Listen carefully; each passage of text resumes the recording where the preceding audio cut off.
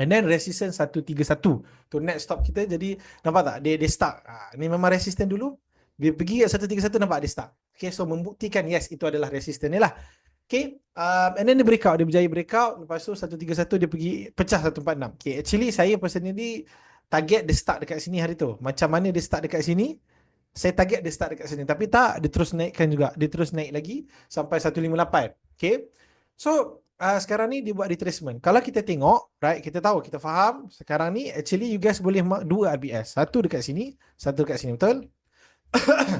In terms of bigger time frame, yes, 146 ni adalah RBS lah, RBS sekarang. Okay, di tengah actually kalau kita tengok, memang di tengah nak sustain lah area-area tu. So RBS sekarang dekat area 1.46. Okay, area-area sekarang lah actually. Di tengah main 146, 145, okay, di tengah maintain area-area tu.